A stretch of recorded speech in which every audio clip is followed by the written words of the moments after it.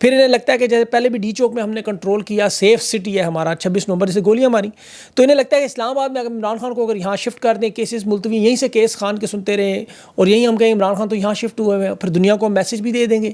اب محسن نقوی اور طلال چودھری معاف کیجیے گا، جو ابھی جیل میں جو دورہ کر رہے تھے، مجھے انشاءاللہ نظر آ رہا ہے اسی جیل میں جائیں گے انشاءاللہ، آپ یاد رکھیے گا، کیونکہ میں افتخار جٹ کی چھوٹی بیٹی کے دیکھ رہا تھا کل، ایک دیوار جلانے پر جو تحریک انصاف کے لوگ جیلوں میں ہیپاٹائٹس اور بیماریوں سے جس طرح یہ لوگ قتل کر رہے ہیں حقیقت میں، کیونکہ ریاست کی ذمہ داری میں یہ لوگ ہیں، جیل سے باہر آتے ہیں سارے ایک ایک کر کے پراسرار انداز میں، 6 یا 7 لوگ اب تک شہید ہو چکے ہیں، مطلب جیل جانے سے پہلے ان کی حالت دیکھیں اور جیل جانے کے بعد اس ملک میں اس ریاست نے کیا کیا ظلم کیے ہیں۔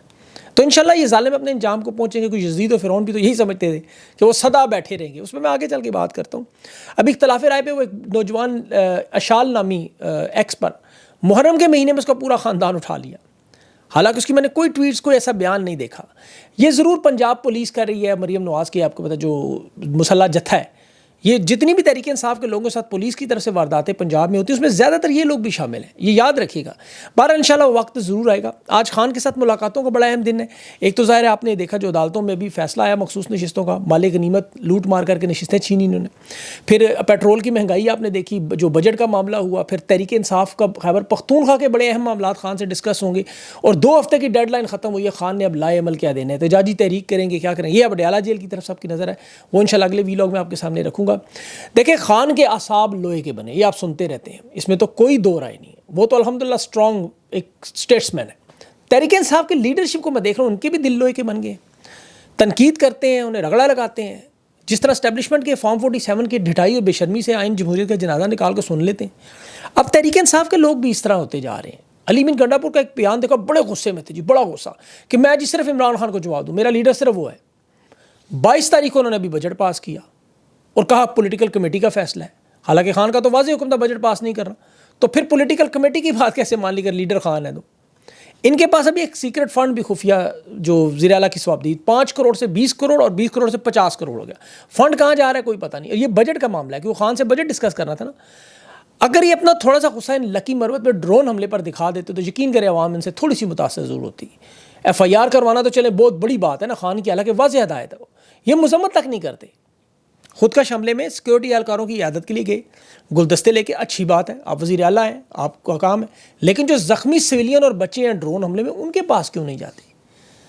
دیکھیں جہاں ابھی سوات میں آپریشن ہوا، جس طرح تجاوزات غریب لوگوں کی، مریم نواز پنجاب سے اٹھا دی، انہوں نے بھی اٹھا دی، اور امیر مقام پرویز مشرف کا پستول بدل بھائی اس کے ہوٹل کی طرف دیکھنے کی جرت کیوں نہیں کرتے؟ ورکر پہ سارا غصہ کیوں نکلتا ہے؟ یہ تنقید کرنے والوں پہ انہیں تو پوچھنا چاہیے۔ جو شمالی وزیرستان میں 6.5 لاکھ لوگ سیکیورٹی خدشات پہ روزانہ رات کرفیو لگ جاتا ہے، لوگوں کی آمد و رفت بند کر دی جاتی ہے، وہ بڑے ٹرکوں میں کیا لے کے جاتے ہیں کہ جو سامنے آئے کہ جی گولی مار دیں گے۔ اب یہ شمالی اور جنوبی وزیرستان کی آپ دیکھیں تو ساری معدنیات وہاں پہ، یہ وائٹ ہاؤس کے لنچ ویسے مفت میں نہیں ہوئے، اس کی قیمت کون ادا کرتی ہے؟ یہ ٹرک روک کر چیک کریں تو صحیح ذرا۔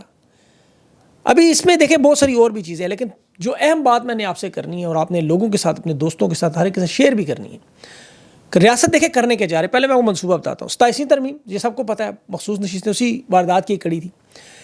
اس وقت جو اسٹیبلشمنٹ ہے یا ریزیڈنٹ جنہیں کہتے ہیں، میں آگے چل کے بتاتا ہوں کیوں، یہ جو پورے کا پورا نظام سمجھ رہے ہیں ہم نے کنٹرول کر لیا ہے۔ اب پرانے کچھ سیاسی رہنماؤں کو لا کے نون لیگ کو مزید مضبوط کرنا، پھر عمران خان کو اسلام آباد شفٹ کرنا، اور یہ اب ظاہر ہے 9 مئی سے اب جان چھڑانا چاہ رہے ہیں، وہ پرانا ہو گیا، بوگس ہو گیا، اب نہیں چل رہا۔ ملٹری کی حراست میں لوگوں کو چھوڑ کے، خان کو، بشرا بی کو چھوڑ کے، باقی لوگوں کو کہہ رہے ہیں عام معافی دے کے قومی دھارے میں لاتے ہیں، سیاست میں لاتے ہیں، انہیں ہم یہ بتاتے ہیں ریاست بڑی رحم دل ہے، کیونکہ ڈونلڈ ٹرمپ کے ساتھ ملاقات میں بھی پاکستانی جمہوریت کا جو ذکر انٹرنیشنل صحافی بھی کر رہے ہیں، اور مجھے واٹس ایپ میسیجز آئے ہیں باقاعدہ کہ ان میں بات ہوئی ہے کہ جو ولسن کے بل سے پہلے جمہوریت کو بحال کر دیں، وہ بل ویسے ہی ختم ہو جائے گا، خان کے کیسز کو عدلیہ پہ چھوڑ دیں، باقی سب لوگوں کو رہا کر دیں، اور عدلیہ کے حالات آپ کو پتہ ہے۔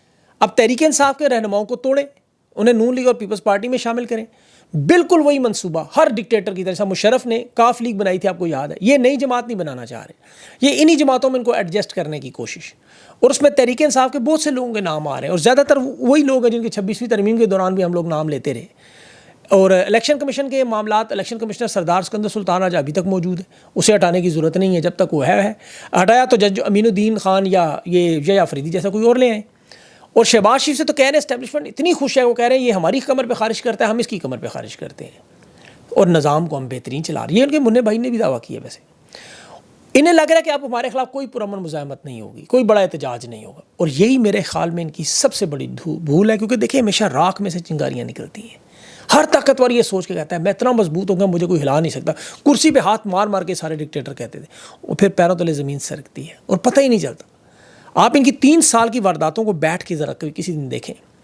3 سال میں عدم اعتماد کے بعد انہوں نے خان کی حکومت گرائی، 9 مئی فالس فلیگ کیا، لوگوں کے گھر تباہ و برباد کیے، الیکشن چھینا، لوگ دستبردار کروائے، پھر صحافیوں کو، سیاسی رہنماؤں کو سب سے جبری پارٹیاں چھڑوائیں، منہ بند کروائے، زبانیں بند کروائیں، جھوٹے کیسز بنائے، سوشل میڈیا بین کیا، اغوا کیا، مسنگ پرسن، یہ سارا معاملہ آپ 3 سال سے دیکھ رہے ہیں۔ لیکن آپ دیکھیں 3 سال میں قوم ان سے اس تک لڑتی رہی۔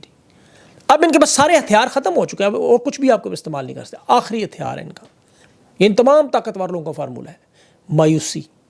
عوام کو ایک بار احساس دلا دیں، ان کے دماغ میں بات ڈال دیں کہ یہ نظام بدلنے والا نہیں ہے، طاقتور ہم لوگ ہمیشہ رہیں گے، ہار مان جاؤ۔ یہ ہٹلر نے جرمنی میں کیا، وہ میڈیا میں باقاعدہ یونیورسٹیوں اسکولوں میں جا کے حکومت سے پروپیگنڈا کرواتا کہ نظام یہی رہے گا، طاقتور ہیں ہم لوگ۔ سوویت یونین میں جو لینن اور اسٹالن کے آپ دیکھیں تو وہ بھی عوام کو جا کے بتاتے تھے ہمارا یہ سسٹم ہمیشہ رہے گا، ہم ناقابل شکست ہیں۔ تیونس میں زین العابدین بھی دہائیوں تک اپنی عوام کو بتاتا رہا کہ یہ سسٹم رہے گا، میرے بغیر تو چل ہی نہیں سکتا۔ پھر جنرل عبدالفتاح سیسی مصر میں آج بھی یہی کرتا رہا، پاکستان میں ایوب خان، ضیاء الحق، مشرف، ان سب نے یہی کہا ہماری کرسی، اور یہ پروپیگنڈا کیا کرتے تھے اس نظام کو ہم چلا کے دکھائیں گے۔ لیکن نوجوان پاکستان کا 64%، 14 کروڑ کی آبادی ہے، یہ کہتے ہیں ایک دفعہ انہیں مایوس کر دیں، انہیں ایک دفعہ مایوس کر دیں کہ یار اس سسٹم میں ہم کچھ نہیں کر سکتے۔ تحریک انصاف کی قیادت کے بڑے بڑے لوگوں کو ان کے اعلیٰ عہدیدار بلا کر کہتے ہیں یہ نظام ایسے چلے گا بھائی، بڑے بڑے طاقتور لوگ، اس نظام کو ہم چلا کے دکھائیں۔ پھر یہ پیغامات منع فاروق اور ان لوگوں سے دلواتے ہیں، یا علی مین گنڈا پور جیسے لوگوں کو بلا کے بتاتے ہیں کہ کچھ بھی نہیں کر سکتے تم لوگ، ہم اسی طرح رہیں گے۔ لیکن یاد نہیں تیونس میں ایک پھل فروش نے پورا نظام ہلایا تھا، مصر میں عرب اسپرنگ چھوڑنے پر زین العابدین کو ایک عوام نے کیا، ضیاء، مشرف، سب کا انجام آپ کو پتہ ہے، سوویت یونین، لینن، چاہے لائبیریا کے، کانگو کے، ان سب لوگوں کا انجام دیکھ لیں جو کہتے ہیں نظام یہی چلے گا۔ آپ کی جو دیکھیں مزاحمت ہوتی ہے، جو احتجاج ہوتی ہے، وہ جلسے جلوس صرف نہیں ہوتے، سوشل میڈیا پر حقیقت بیان کرنا، عوام کو بیدار کرنا، اور یہ مایوسی توڑے خدا کے لیے، قانون اور آئین جمہوریت کی بات کریں۔ طاقتور جتنا طاقتور نظر اندر سے اتنا ہی کمزور ہوتا ہے، یزید کا یہی حال تھا۔ آپ کا مقابلہ تو دنیا کی نمبر 1 سے، یہ آپ کو کرنا کیا چاہتے ہیں، ایگزاسٹ کرنا چاہتے ہیں، تھکانا چاہتے ہیں کہ آپ تھک جائیں بس۔ دشمن کو دیکھیں جب یہ چھوٹے چھوٹے محاذ پر آپ الجھا دیں، اس کی توانائی، اس کے وسائل، اس کا حوصلہ سب ختم کر دیں، اسے مایوس کریں۔ یہ بڑی بڑی جنگوں میں ہوتا رہا اور اسے طویل کرنے کی کوشش کی جاتی ہے۔ ان کی جو سب سے بڑی واردات معیشت ہے، دیکھیں 3 سال ہو گئے، میں آپ کو اس لیے کہتا ہوں کہ آپ بار بار دیکھیں کہ آپ کہتے ہیں 3 سال ہو گئے، مارشل آرٹ تو 7 8 سال، 11 سال پاکستان میں لگا رہا، آپ کہتے ہیں 3 سال ہوئے، 3 سال میں اب روکیں اس کو، اب آپ مزاحمت کریں عوامی شعور کے ساتھ، صبر کے ساتھ، مستقل طریقے کے ساتھ۔ جب تک آپ لوگ ہار نہیں مانیں گے، مایوس نہیں ہوں گے، یہ کچھ بھی نہیں کر سکتے۔ یہ چھوٹی چھوٹی کامیابی اپنی سیلیبریٹ کیا کریں، چھوٹی چھوٹی چیزیں، کوئی بندوق کسی کو خدا نخواستہ اٹھانے کی ضرورت، کوئی پتھر مارنے کی ضرورت نہیں، کوئی جیلوں میں جانے کی۔ مزاحمت دیکھیں انکار کرنا اس کا مطلب ہے، تسلیم نہ کرنا۔ آپ بہت سے مختلف طریقوں سے کر سکتے ہیں، بہت سے مختلف طریقے۔ یہ آپ کبھی آزما کے دیکھیں، سیاہ کمرے میں جا کر دیکھیں، ایک چھوٹا سا دیا جلائیں، یا اپنے موبائل کی یہ ٹارچ کبھی لگا کے دیکھیں کیسے اس اندھیرے کو کاٹتی ہے۔ یہ آپ ہیں حقیقت میں، اپنے آپ کو انڈر اسٹیمیٹ نہ کریں، اپنی طاقت کو۔ اب 14 کروڑ ہے خدا کے لیے۔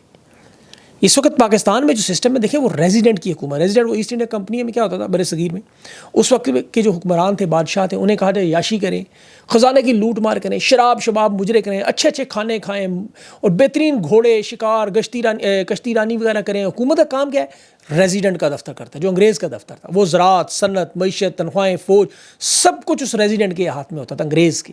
آج وہی سسٹم ہے، سارے کا سارا معاملہ جی ایچ کیو سے چلتا ہے۔ تو یہ جو ایسٹ انڈیا کی آپ کو کمپنی کی وہی تباہی بربادی ہے، کدھر گئے وہ سارے آج؟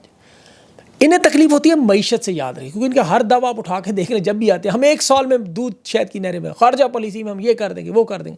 معیشت کا دیوالیہ نکالا کو باڑا، پاسپورٹ کی حالت دیکھ لیں۔ نائل چور ڈاکو، پنجاب میں بھی صحت کارڈ، یہ جنرل وہ لائی ہیں ابھی، جو لے لیا سوری انہوں نے، لاکھوں کا صحت کارڈ، اور ساتھ 1,30,000 ملازم بھی نکال دیے پنجاب سے۔ اب 4 5 لوگ ایک گھر میں ہیں، اب ذرا حساب لگائیں، 7 8 لاکھ لوگ جو ہے 2 وقت کی روٹی نہیں کھا سکتے، خطے غربت سے نیچے چلیں گے۔ اور یہ سب خان کے دور میں نوکریوں میں تھے، ایسے ہی صنعت میں ہر جگہ، کسان بھی۔ تو یہ جو 1 کروڑ نوکریاں کہتے ہیں کہاں ہیں، وہ نظر آ گئیں۔